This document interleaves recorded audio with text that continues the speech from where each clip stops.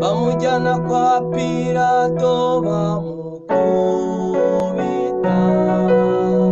bapfuka mu maso ngo afure umukubise,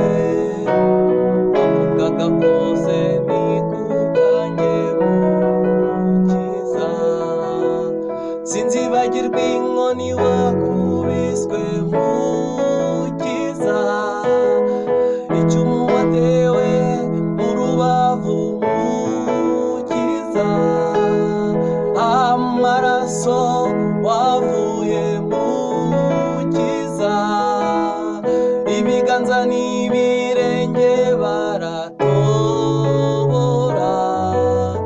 amagufa yawe yose barayabara,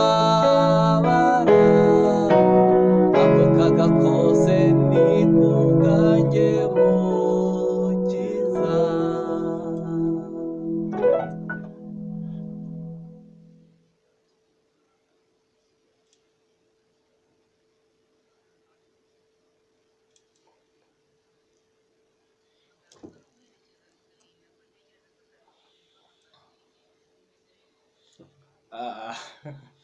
Birumvikana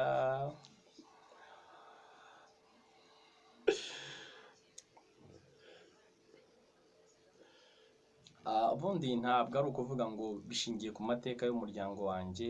cyangwa se mu mateka y'abaturanyi cyangwa amateka y'abavandimwe,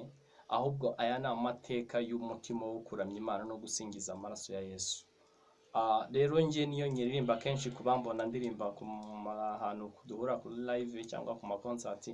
ndamarira aba yuzuye, ntago ari ibintu byo kuvuga ngo ni emotion zituruka mu muryango cyangwa akababaro kandi nahuye nako, ahubwo njyewe ni agaciro mba nahaye ariya maraso ya Yesu, nkumva umutima wo kuramya no guhimbaza ariya maraso ya Yesu undimo, niyo emotion nabituruka.